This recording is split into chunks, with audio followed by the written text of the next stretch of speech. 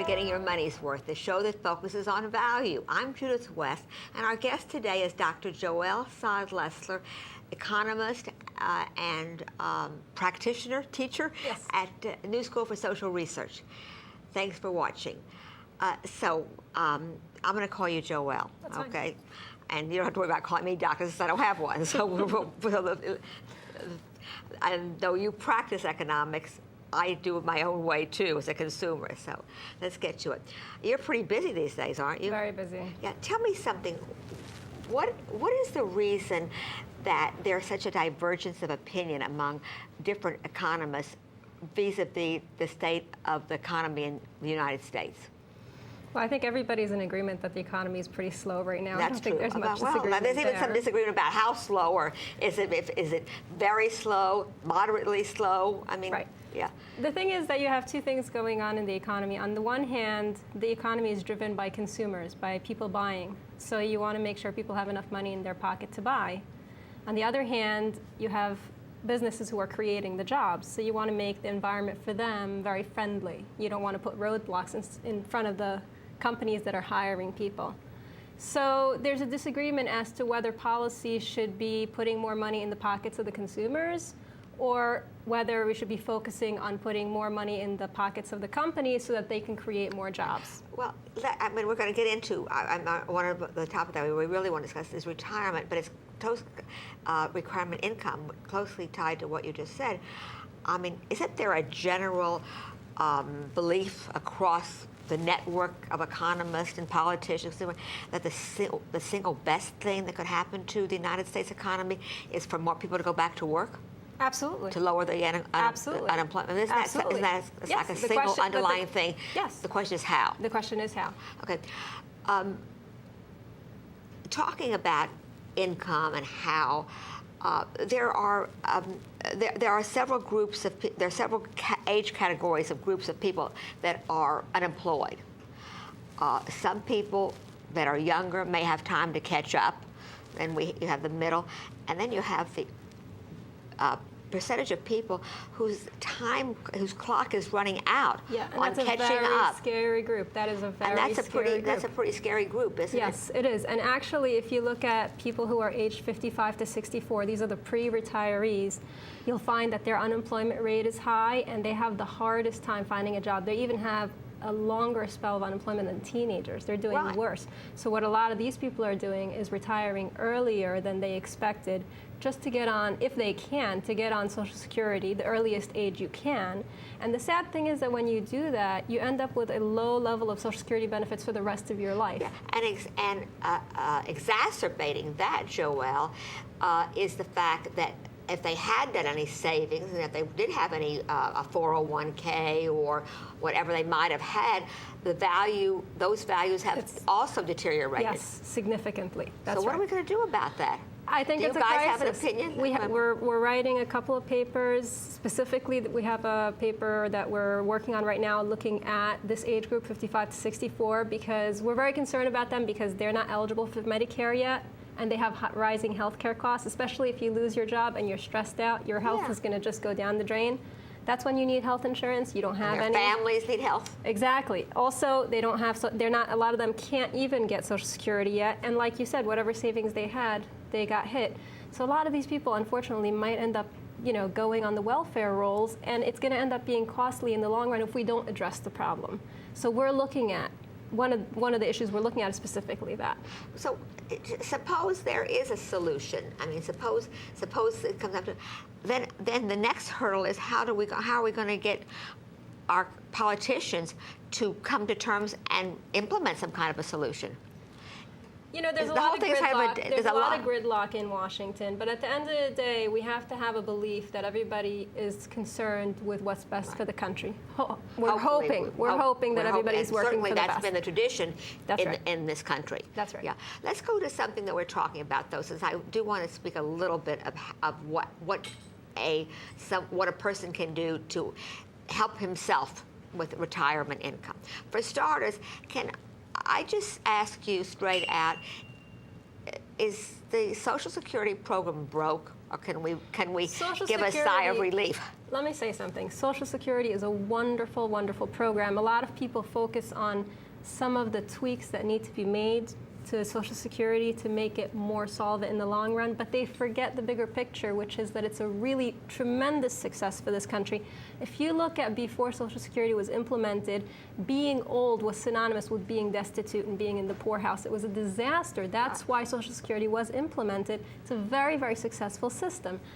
The thing is, you have these demographic shifts. You have the baby boom and then the baby bust and so on. And so what happens is you do have to tweak the system occasionally so that right now we have a population that's aging. Something has to be done to a little bit, small tweaks to make it solvent for a longer term period. We're talking for a 75-year horizon. These are issues that can be fixed. This should not make, a tremendous gridlock that it's doing. It's just that a lot of people have other agendas. A lot of the people who are making big issues, they're not really so concerned about the solvency of Social Security in the next 75 years.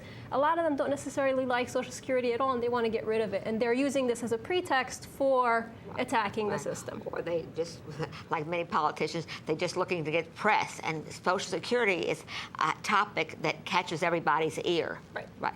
So the problems with, and there are some pretty generally accepted tweaks or fixes, Yes. such as raising the retirement age by a couple of years, which is not a big stress factor. I'm not is sure. it? I mean, you have to be careful with that, because what happens is that a lot of people say, well, look, it's logical people are living longer, but you have to be careful about who's living longer. And typically what ends up happening is if you have somebody in the bottom of the income distribution, they're not living longer. And for these people, they might be living till 75, and you're going to tell them, look, you're going to have to wait till 70 or whatever it is to start collecting Social Security. That's not really fair. So to make blanket statements of, the life expectancy is higher, it doesn't apply to everybody. I suppose, do richer people live longer? Yeah, exactly. And also, another thing is that when you're telling people, look, you got to work longer in order to get your Social Security benefits, some occupations you just can't do that, especially more physically demanding jobs, which tends to correlate with people at the bottom of the income distribution. Exactly. And also companies that want to lay off more seasoned workers to save expenses and hire younger workers. Right. But in general, of all the things that we have to worry about in this country's economic moment in time, Social Security is not an immediate crisis. It is definitely not an immediate crisis. Okay. Absolutely not. Okay. So, having said that,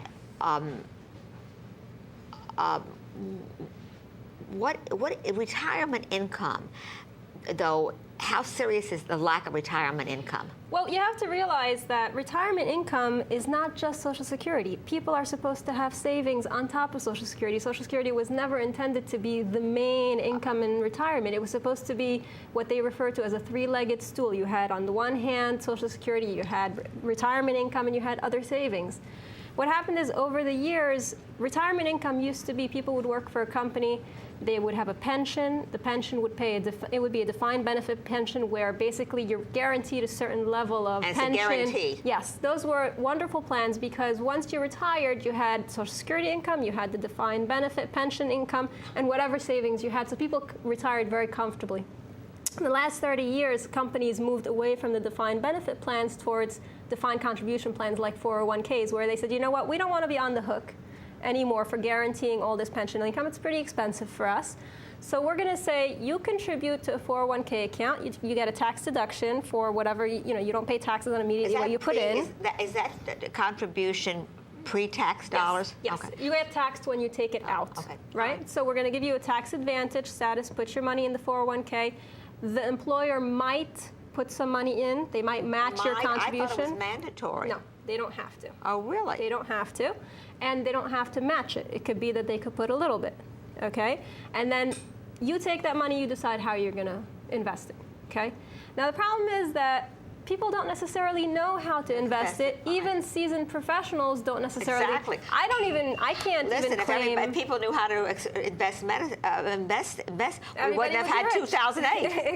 Exactly. But the problem is, so now you're basically taking all of these people and you're putting them at the mercy of the market, which is insane. And on top of everything else, the 401k providers, they're not out there to work for you for your best interest. They're working for themselves. They want to increase their profits. So you end up getting fleeced with different fees, different regulations, different things going on, and they're all hidden. You wouldn't even know it. And maybe an inadequate asset allocation. Yeah, exactly. I mean, a lot of people buy all their stock of their own company or something. That's right. They don't diversify. That's right. That's right.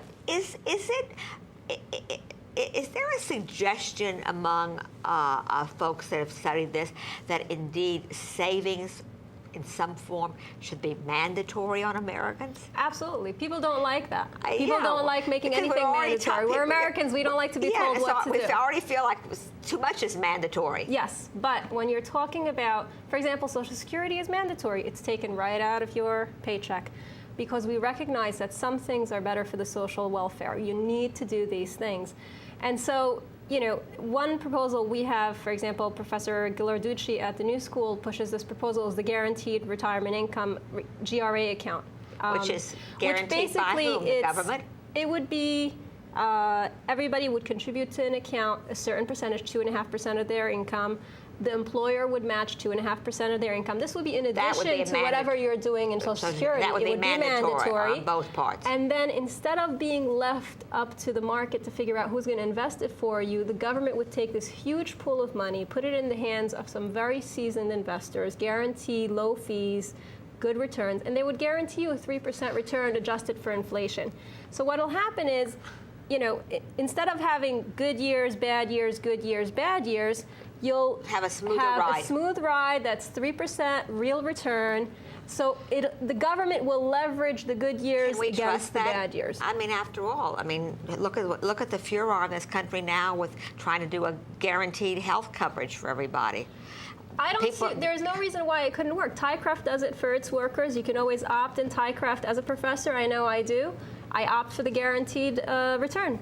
I give up the possibility of making crazy returns in good years, but at least I can sleep easy knowing that I'm not losing my shirt. You'll take a smoother exactly. ride. All right. So does that? We have only about a minute left. Do you think that has some potential of moving? I hope it has some potential. I think something needs to be done, certainly, to address the fact that 401ks are not a good deal for the average American. In the meantime, just to sum up, for our listeners, anyone who hasn't really started a strategy, is it too late? It's never too late.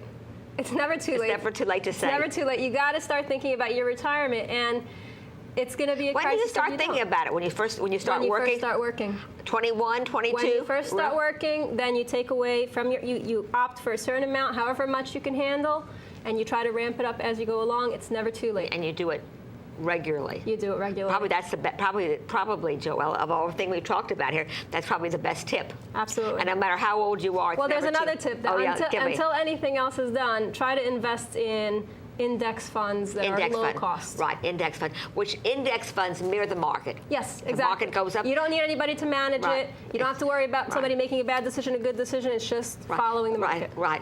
If it goes up, you go up. If it goes down, you go down. Yes, but in the long run, it's going to go up. Right, which, to tell you the truth, happens to be the way it goes with most retail brokers anyway. That's right. That's right. Thank you very much for being on the show. I really appreciate it. Okay. Thanks for watching. You're watching Getting Your Money's Worth, and we just had a nice little conversation about retirement, and you can start now and start early. Thanks for watching.